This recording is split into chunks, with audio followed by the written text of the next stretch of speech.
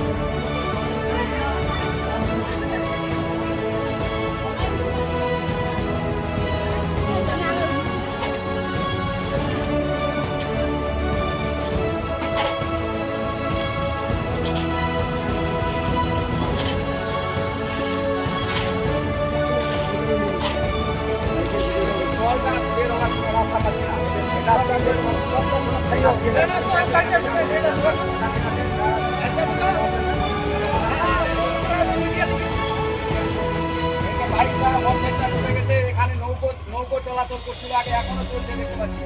তো মানুষ এখনো পুরানা জামানায় চলে আসছে, নতুন জামানার দিকে খেয়াল করছে না। মেম্বার প্রধানরা কি করছে? শেষ হয়ে গেছে, তারপরে শেষ হয়ে গেছে, বিজেপি চলে এসছে, কোনো কেউ সমাধান করছে না। তাহলে কি মেম্বার প্রধানরা মারা গেছে এখানে? প্রধানের মতো হয়ে গেছে অবস্থা। বিগত 2-2.5 বছর 3 বছর ধরে এই ড্রেনের সমস্যা, মেন যেটা ড্রেনের সমস্যা, এই সমস্যার জন্য আমাদেরকে এই নোংরা জল, পচা জলের মধ্য দিয়ে 2-2.5-3 বছর থেকে বিগত আমাদেরকে হাঁটাচলা করতে হচ্ছে, বাচ্চা থেকে শুরু করে বড় বুজুর্গ সবাই।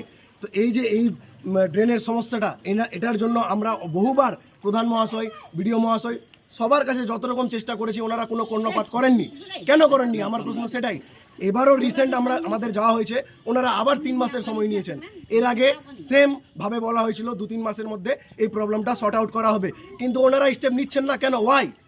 প্রায় কতটি পরিবার আপনার ভুক্তভোগী? অনেক পরিবার, অনেক। দেখুন এখানে নিয়ার অ্যাবাউট তো 300 থেকে 350 জন মানুষ আমরা প্রবলেমের সম্মুখীন হচ্ছি। বাড়ি অনেকগুলোই আছে, তার মধ্যে কাঁচা বাড়ি আছে, পাকা বাড়ি আছে, সব ধরনের আছে। কিন্তু স্পেশালি যারা কাঁচা বাড়িতে আছেন, ওনাদের বাড়িটা যদি পড়ে যায়, এবার ওনাদের কোনো ক্ষয়ক্ষতি হয়, এই যে নোংরা জলের যে মশা মাছি এইসব বাচ্চা থেকে কামড়ে যদি অসুখ বিসুখে পড়ে, ওনারা কি এটার দায়িত্ব নেবেন না?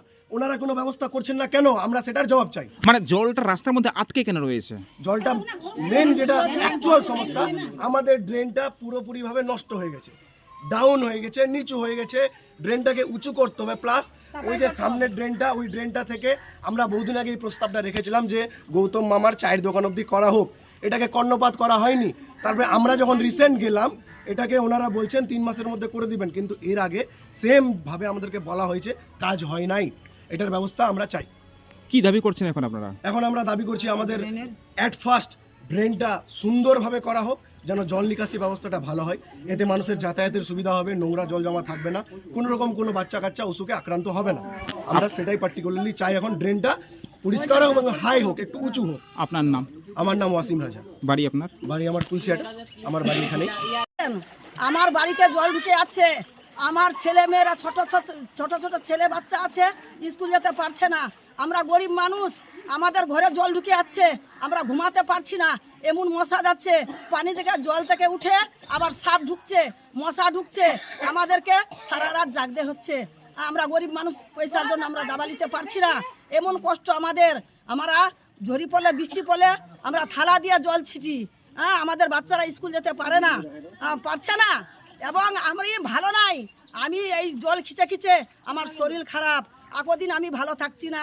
বছরের বছর আমি বেমারি থাকছি, 3 বছর থেকে আমি বেমারি আছি, বিছানায় পড়ে আছি। আমাকে প্রধানের কাছে গেলাম, প্রধান বলছে কি আমি রিস্ক নিতে পারবো না, আমাদের টাইম শেষ। আমি বললাম যে অতদিন থেকে 5 বছর থেকে কি করেছিলাম, 15 বছর থেকে। তো প্রধান করছে যে আমি ওগুলা রিস্ক নিতে পারবো না। আবার মেম্বারের পাশে গেছি, মেম্বার কাছে আমি কি জমিটা বিক্রি করে আপনাকে রোড বানাই দিব? আমি কি বাবার জমি বিক্রি করব, রোড বানাই দিব? আমার ঘরে জল ঢুকে গেছে, জল ঢুকতে দাও, ওই দায়িত্ব আমি নিতে পারবো না, তোমরা যে পারবা করবা। বিডিওর কাছে গেলাম, বিডিও ওই কথা বলছে যে মেম্বার করতে পারবে, আমরা করতে পারবো না।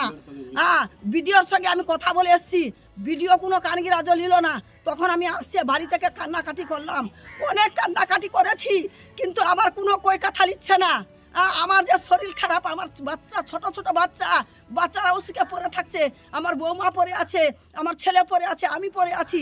আমরা কই সুস্থ নাই এই কোটা বাড়িকার লোক, আমরা সুস্থ না। দেখেন আমার বাড়ি, আপনি একটু বাড়িগুলো দেখেন আমার বাড়ি দেখলে কান্না আসবে।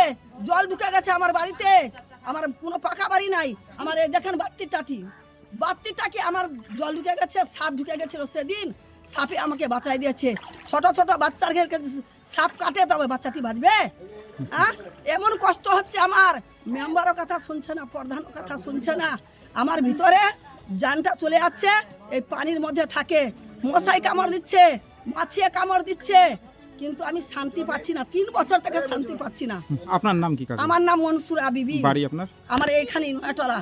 আমাদের গত 2.5-3 বছর ধরে আমাদের স্কুলের বাচ্চারা স্কুল যেতে পারছে না। গত এতদিন ধরে নোংরা জল, প্রচুর নোংরা জল, এত নোংরা জলে যে কীড়া মকড়া কত কিছু আছে প্রতিদিন ভাবে। হ্যাঁ, বাচ্চারা অসুস্থ হয়ে পড়ে, হসপিটাল কোনো দিন হরিশ্চন্দ্রপুরে চলে যাচ্ছে, যে কোনো জায়গায় হসপিটাল ছিল। আমি নিজেই খুব শরীর খারাপ, 4-5 দিন থেকে আমার অনেক ফিভার আছে প্রচুর। এখন এই ড্রেনের ব্যবস্থা কোনো দিন হচ্ছে না, বিডিও সাহেবও করছে না, প্রধান সাহেবও করছে না। অনেকবার জানানো হয়েছে ওনাদেরকে, হ্যাঁ, কোনো কথা শুনছে না। হ্যাঁ, হয়ে যাবে, আজকে হয়ে যাবে, কালকে হয়ে যাবে, এমনি করতে করতে গত 3 বছর হয়ে গেল, এখনো পর্যন্ত হয়নি। বাচ্চাদের খুব অসুবিধা হচ্ছে যাতায়াতের। এই রাস্তায় কি করে যাবে বাচ্চারা? নামাজ পড়ার জন্য যেতে পারছে না। এখন নামাজ পড়তে নোংরা জল পড়ে নামাজ পড়তে গেলে কি নামাজ হবে না? প্রতিদিন এই রাস্তা দিয়ে বাচ্চাগুলো কমসে কম 200-300 বাচ্চারা যায় এই রাস্তার ধার দিয়ে। হ্যাঁ, আমাদের এই যে জলটার ব্যবস্থা আমাদের মানে অনেক দিন ধরে করলাম, কিন্তু হচ্ছে না, মানে কোনো স্টেপই নিচ্ছে না, মানে কোনো গুরুত্বই দিচ্ছে না। মানে রাস্তায় জল জমে কি দুর্গন্ধ ছড়াচ্ছে? অনেক দুর্গন্ধ, মশা মাছি এত হচ্ছে যে আর কি বলবো। হ্যাঁ, তো এই সমস্যার সমাধানের জন্য ব্লক প্রশাসন এবং স্থানীয় প্রধানকে জানিয়েছেন আপনারা? হ্যাঁ, অনেকবার জানিয়েছি, আমাদের কাছে কাগজও আছে, বিডিও সাহেবের কাগজ আছে। হ্যাঁ, জানিয়েছি, তো যে দেখছি বলেই থেকে গেছে, মানে কোনো গুরুত্ব দিচ্ছে না। কোনো গুরুত্ব দিচ্ছে না অনেক দিন ধরে। তো কি মনে হচ্ছে আপনাদেরকে, কি মানে পকা থেকে মানে অধম তারা মনে করছে নাকি? হ্যাঁ, আমরা খুব আতঙ্কে আছি, এত আতঙ্কে আছি যে আর কি বলবো।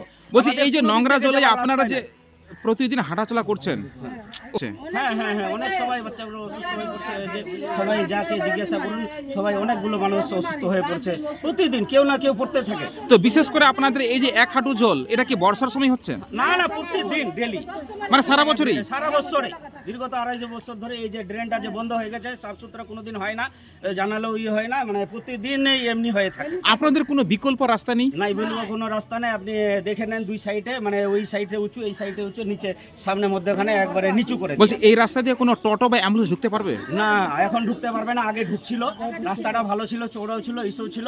এখন আর সব বাড়ি ঘরে হয়ে আর একটু নোংরা জল যাতায়াত করছে না। আগে ভালো যাতায়াত ছিল, ওই মেন রোডের সাথে কানেক্ট ছিল। তাহলে বিশেষ করে যারা অসুস্থ রোগী বা প্রসূতি মা, তাদেরকে কিভাবে নিয়ে যান হাসপাতালে? কি করবো, কোলা থেকে এই নোংরা জল দিয়ে নিয়ে যেতে হচ্ছে আমাদেরকে, মানে কাঁধে করে নিয়ে যেতে হচ্ছে? কাঁধে করে নিয়ে যেতে হচ্ছে। এছাড়া তার কোনো করবো, টোটোওয়ালাও আসতে চাই না, কোনো গাড়িওয়ালা আসতে চাই না। আমি 3 দিন থেকে আবার বুখারে পড়ে আছি, মানে এই জলের কারণেই অসুস্থ হয়ে গেছে? হ্যাঁ, জলের কারণে, মশা মাছির কারণে। হ্যাঁ, আমি ভাবছি যে এই চিজটা ভালো করে দেখুক আসে প্রশাসন। এখন কি দাবি করছেন এটা? বলছি যে যাতে তাড়াতাড়ি করে হোক, এই কাজটার ব্যবস্থা করানো হোক। এখন সরকার ভালোভাবে যাতে কাজটা করে আমাদের ব্যবস্থা করে আমরা সুরক্ষিত থাকতে পারি, এটাই আমাদের আবেদন। আপনার নাম বলবেন? আমার নাম এমডি সোহেল আক্তার, বাড়ি? তুলসী আট্টা। এটা কি পাড়া? এটা হলো তুলসী আট্টা, নয়া টলা।